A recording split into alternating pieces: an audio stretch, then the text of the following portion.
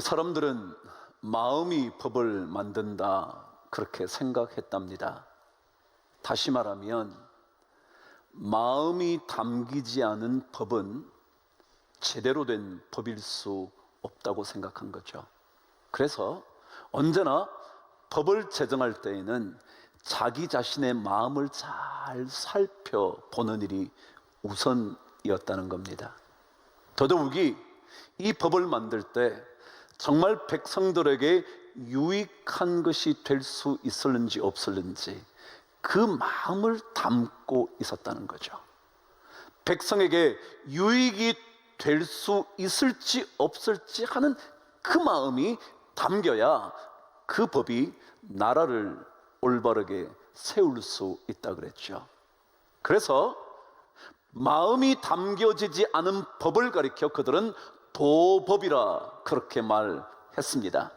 이 도자는 무리 도자입니다. 떼거리 도자죠. 말하자면 백성을 위한 전심이 담겨져 있지 않으면 자기들 패거리만의 법이 된다, 그런 의미이기도 할 것이고요. 또다시 이 도자는 헛될 도입니다. 그래서 여러분 혹시 헛된 수고라는 한자어 도로라는 말을 들어보셨는지 모르겠네요. 헛된 수고로움이라는 거죠. 말하자면 마음이 담겨지지 않은 법은 헛된 법이다 그랬다는 겁니다. 그래요, 정말 마음이 담겨져야 원칙이든지 법칙이든지 규칙이든지 원리이든지 그 속에 진짜 마음이 담겨야 그 법으로 인하여 그 공동체가, 그 사회가, 그 나라가 올바르게 세워진다고 생각한 거죠. 마음이요. 요즘 너무 힘든 시기를 살아가고 있습니다. 사업도 정말 갈수록 어려워지죠. 조금 괜찮아질 법하면 또다시 코로나 바이러스로 인하여 규제가 강화됩니다. 점점 더 힘든 시간을 살아가기 시작을 합니다. 이 힘든 시간이 길어지자 현상 하나가 생겼다 그럽니다. 그게 로또 열풍입니다. 여러분 로또 사보신 적 있나요? 혹시 여러분 작년에 우리 국민이 로또 얼마 정도 구입했을 것 같습니까? 몇 천억 정도 했을까요? 그런데 여러분 놀라지 마세요. 작년 한 해 동안 로또 판매액이 4조 8천억이 되었다니까 놀라셨죠?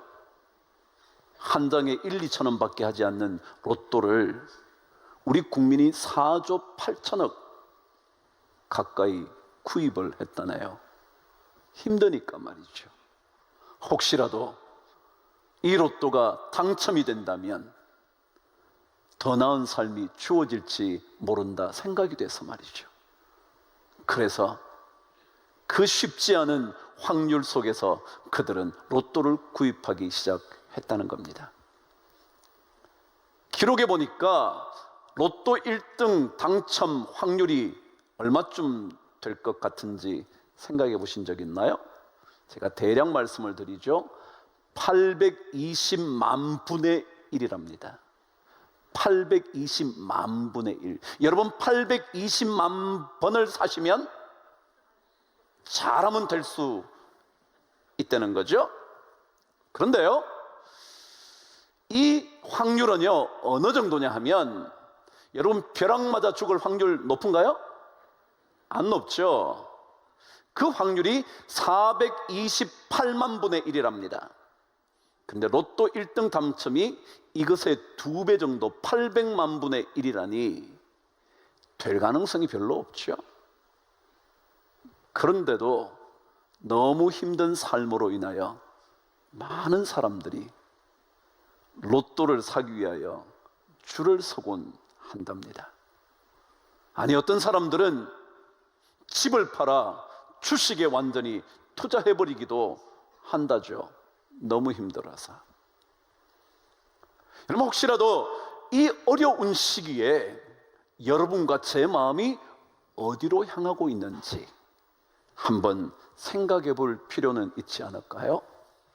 힘든 시간을 지날수록 우리 마음이 어떤 곳을 향하여 마음이 쏠리고 있는지 확인해 볼 필요가 있지 않겠냐 말이죠.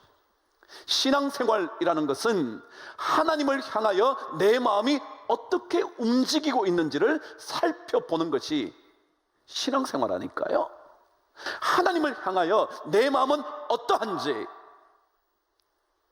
이 어려운 시기 속에서 나는 하나님을 향하여 어떤 마음으로 다가가고 있는지. 신명기 말씀에 의하면 하나님께서 이스라엘 백성을 40년 동안 광야 생활을 하게 하신 이유가 있다는 겁니다. 그 이유를 이렇게 말했습니다. 내가 너를 낮추며 너를 시험하여 내 마음이 어떠한지를 알아보려고 했다는 겁니다. 여러분과 제가 살아가는 지금의 이 시간이 어쩌면 광야 같은 시간이 아닐까요? 그 광야 같은 시간을 살아가는 동안 여러분과 제 마음이 어떠한지, 여러분의 마음이 어떤지, 그리고 제 마음이 어떤지 하나님은 알고 싶어 한다는 거죠. 그 마음이 전심의 마음이 된다면 하나님의 놀랍고 깊은 은혜를 경험하게 될 것인데, 그 마음이 있어야 하는데 그 마음이 세상으로 향하고 있지는 않은지 점검해보는 시기가 아닐지 모르겠단 말이죠. 주님께서도 가장 큰 계명 두 가지를 말씀하실 때 첫 번째 계명을 이렇게 말씀하셨죠. 마가복음 12장 30절에 보면 내 마음을 다하고 목숨을 다하고 뜻을 다하여, 마음을 다하는 거예요. 그러니까 하나님은 우리에게 우리 마음이 그분에게 전부 전심이 되기를 원하신다는 거죠. 세상 일에도요, 전심이면 통하는 법이 있지 않나요? 관계를 이어갈 때도요, 전심을 쏟으면 그 사람의 마음을 움직이지 않나요? 전심이 들어가야 열매를 맺지 않겠냔 말이죠. 우리의 믿음의 삶에도 하나님을 향한 내 전심의 마음이 있으면 하나님의 깊고 깊은 은혜를 맛볼 수 있는 주인공이 될 수 있단 말이죠.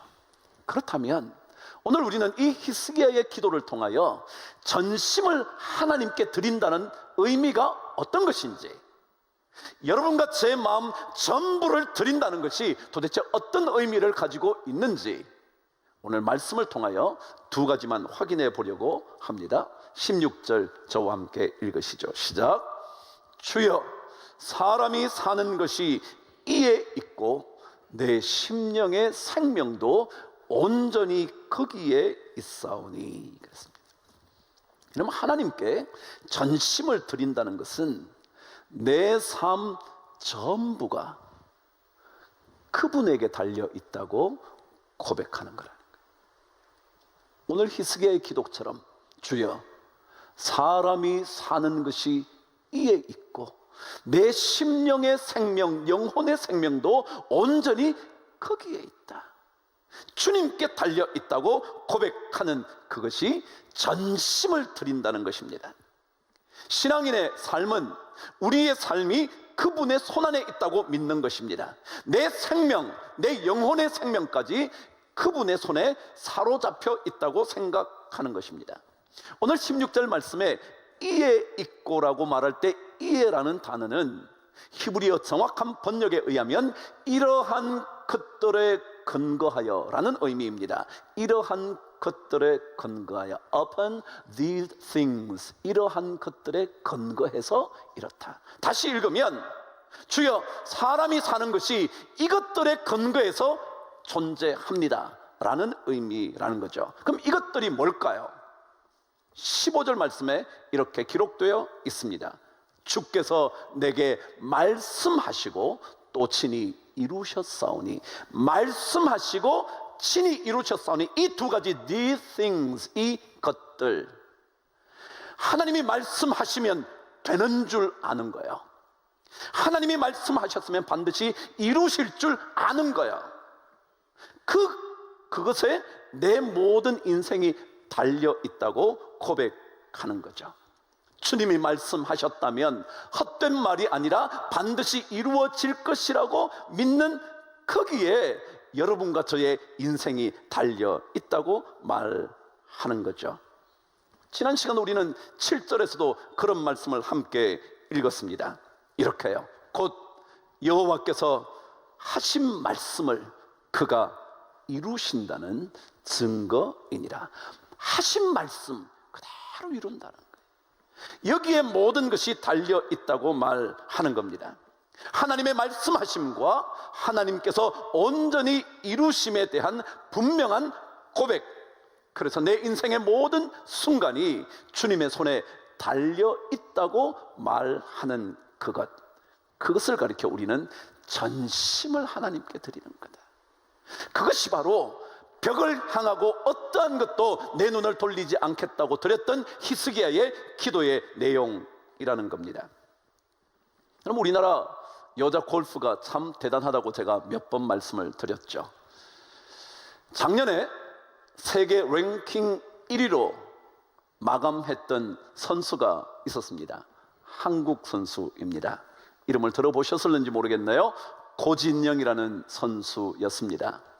이제 나이가 26밖에 되지 않았으니 제 막내딸보다도 나이가 적은 아주 젊은 선수였습니다.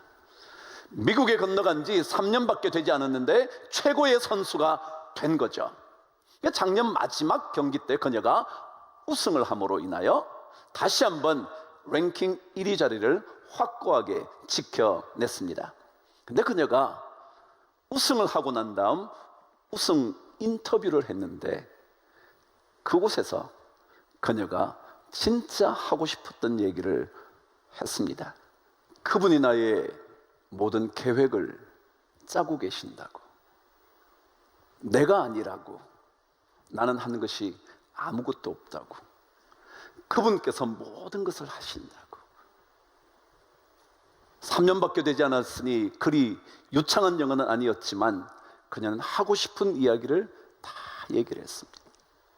여러분 생각해 보시죠. 그 선수가 세계 랭킹 1위를 지키기 위하여 아무것도 하지 않았을까요? 아니요.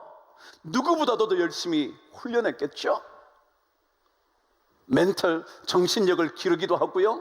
동계훈련을 통해서 체력을 기르기도 하고요. 끊임없이 기술을 갈고 닦지 않았겠어요? 그럼에도 불구하고 그녀가 하나님을 향하여 전심을 마음을 갖고 있었다는 거예요. 뭐냐 하면 그분이 나의 모든 계획을 만들어 가신다고. 내가 아니라 내가 한 것은 아무것도 없다고. I did nothing. 나는 아무것도 안 했다고. 어떻게 아무것도 안 했겠어요? 진짜 최선의 인생을 살았지만 그녀가 하나님을 향하여 전심을 드리는 거죠. 신앙생활은요, 우리의 모든 것이 하나님께 달려있다. 그분이 모든 것을 하신다. 내가 최선의 삶을 살아도, 최선의 열매를 거두어도, 최고의 영광의 자리에 오른다 할지라도 하나님이 하셨다. 주여, 사람이 사는 것이 거기에 있습니다. 사람의 승리와 패배의 모든 것이 거기에 있습니다 라고 고백하는 것, 이것이 전심으로 드리는 고백입니다. 나의 살고 죽음과 나의 심령의 영혼의 생명까지도 하나님께 달려 있음을 고백하게 될 때 그것을 우리는 전심을 주님께 드린다는 거죠. 전심을 주님께 드리기 시작하면 내 인생에는 하나님의 놀라운 은혜가 임한다. 그것을 늘 기억하는 거죠. 그래서 오늘 성경은 전심을 드린다는 의미의 두 번째를 오늘 17절에서 이렇게 가르쳐 주는 겁니다. 읽어보실래요? 시작. 보옵소서, 내게 큰 고통을 더하신 것은 내게 평안을 주려 하심이라 그랬어요. 여러분, 하나님께 자신의 모든 것이 달려 있다고 고백하는 사람은 자신 삶의 결말에 대하여 하나님께 완전히 신뢰하는 사람이 된다는 겁니다. 예를 들어 눈앞에 고통이 있어도 그 고통 너머에 하나님의 선하신 평안이 기다리고 있다는 신뢰를 놓치지 않는 겁니다. 그게 전심을 드린다는 거예요. 전심을 드리는 사람은 눈앞의 고통 때문에 자신의 신앙을 포기하거나 자신의 삶에 대하여 절망하거나 자신의 삶의 시간들을 원망하는 것이 아니라 오히려 모든 것이 하나님의 손에 달려 있는데 이 내 맡긴 인생의 결과는 더더욱이 놀라운 하나님의 평안일 것이라고 신뢰하는 고백이 전심을 드린다는 것의 의미입니다. 그래서 눈앞의 고통에 마음을 쏟아놓는 것이 아니라 그것 때문에 분노와 절망을 하는 것이 아니라 오히려 큰 고통 뒤에 기다리고 계시는 하나님의 놀라운 선물을 미리 확신하는 겁니다. 고통 앞에서도 하나님의 선하신 은혜를 기대하는 겁니다. 눈앞에서는 고통이지만 마음이 흔들리지 않고 오히려 하나님께서 주시게 될 미래의 약속에 대한 온전한 믿음을 고백하는 겁니다. 눈앞의 축복의 유혹에 빠져들지 않습니다. 눈앞에만 무언가 잘 돼야 된다고 생각하는 것이 아니라 눈앞에는 어떤 것들이 벌어진다 할지라도 그 너머에 하나님께서 들고 계실 놀라운 승리의 깃발을 확신하는 겁니다. 오늘 말씀 그대로 내게 큰 고통을 주신 이유는 고통으로 멸망하기를 원하시는 것이 아니라 오히려 더 놀랍고도 깊은 평안을 주시기 위함이다. 이걸 자기가 고백하는 것입니다. 여러분, 인생은요 눈앞에 보이는 게 전부가 아니거든요. 눈앞에 나타난 것이 우리 전체가 아니거든요. 잘 되든 안 되든 그것이 우리 인생 전부가 아니거든요. 신앙인들은 이 눈앞에 나타난 것보다 그 뒤에 서 계시는 하나님이 어떤 깃발을 들고 계시느냐에 훨씬 더 초점을 맞추는 거거든요. 여러분, 1900년에 소설 하나가 탄생했습니다. 어린아이들을 위한 소설이었지만 어른들에게도 엄청난 도전을 준, 그래서 뮤지컬로 영화로 만들어진 소설입니다. 들어보셨나요? 오즈의 마법사라는 소설 말이죠. 아이들이 다 읽어봤을 거예요. 영화도 나왔으니 영화도 봤을 가능성이 있죠. 근데 그 영화의 주인공이 도로시라는 소녀입니다. 근데 이 소녀가 자신의 마법이 이루어지도록 마법사를 찾아가는 그 이야기를 그려놓은 소설이죠. 가는 동안 만나는 친구들이 생겼습니다. 허수아비, 그리고 양철 깡통, 그리고 용기 없는 사자. 이 친구들이 함께 그 마법사를 찾아갑니다. 가는 동안 어려운 일을 다 서로 도와서 건져내고 구출해주고 빠져나오게 하고, 그렇게 해서 마침내 그곳에 이르는 이야기가 오즈의 마법사입니다. 그래서 그 소설은 꿈과 소망과 희망과 그리고 우정에 대하여 매우 멋지게 표현된 판타지 소설이라 알려져 있죠. 근데 그 영화 1937년에 만들어졌습니다. 그때 주인공 도로시 역할을 한 사람이 누구냐면 주디 갤런드라는 소녀였습니다.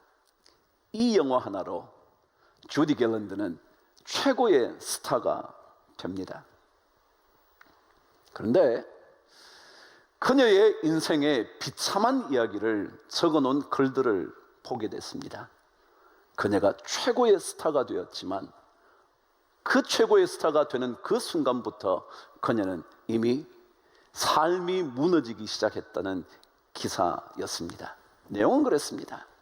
그 영화를 만들 때 그 영화 속에 등장한 멋진 동료들, 비록 허수아비, 양철 깡통, 용기 없는 사자였지만 그들이 모두 도와서 자기를, 그리고 서로 함께 어려움에서 빠져나오게 했던 그 멋진 우정의 이야기들이 실제에는 전혀 달랐다는 겁니다.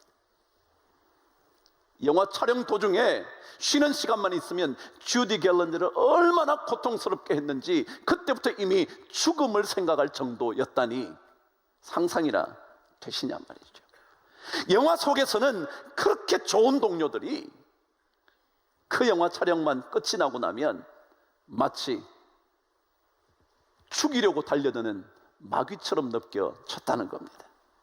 감독 또한 이 주디를 상품으로 생각했지 사람으로 생각하지 않았다. 이 아이를 통하여 자기의 작품이 잘 되기만을 생각해서 손짓금하는 것, 폭력을 가하는 것 아무렇지도 않게 생각했다는 겁니다. 그러니까 그녀는 그때부터 이미 영혼은 죽음의 길로 들어가고 있었다고 기록을 했더라고요. 여러분 보세요. 눈앞에 영화를 통하여 눈앞에 그렇게 멋진 친구들이 있으면 되나요? 눈앞에 좋은 동료들이 있으면 다 되나요? 아니요, 여러분. 우리 인생은 눈앞의 것들로 끝이 아니거든요. 보이지 않는 곳에 있는 그 엄청난 것들이 감당할 수 없을 정도일 수도 있거든요. 마찬가지로 신앙생활을 그렇게 말합니다. 하나님께서 우리 인생에 엄청난 고통을 주셨다 할지라도 그 뒤에는 하나님께서 오히려 더 놀라운 평안의 깃발을 들고 서 계시다는 것, 이걸 고백하는 것이 전심을 드리는 거예요. 뭘 어떻게 우리가 마음을 다해서 하나님을 섬길까요? 사랑할까요? 이런 마음이야. 그래, 내가 잘하든지 못하든지 내 삶의 모든 시간이 하나님의 손에 달려 있을 뿐만 아니라 그분이 내 삶 속에 펼쳐가는 그 마지막의 결말은 언제나 선한 것이라는 것을 믿음으로 고백할 때 그것이 전심을 하나님께 드린다는 거예요. 그럼 신앙인들은 큰 고통 속에서도 하나님께 전심을 드리는 것입니다. 전심을 드리면 반드시 하나님께서 평안으로 되갚아 주십니다. 하나님은 분명히 죽음의 수렁에서 우리를 건져 주십니다. 하나님은 반드시 치료와 살리심의 은혜를 내려 주시는 겁니다.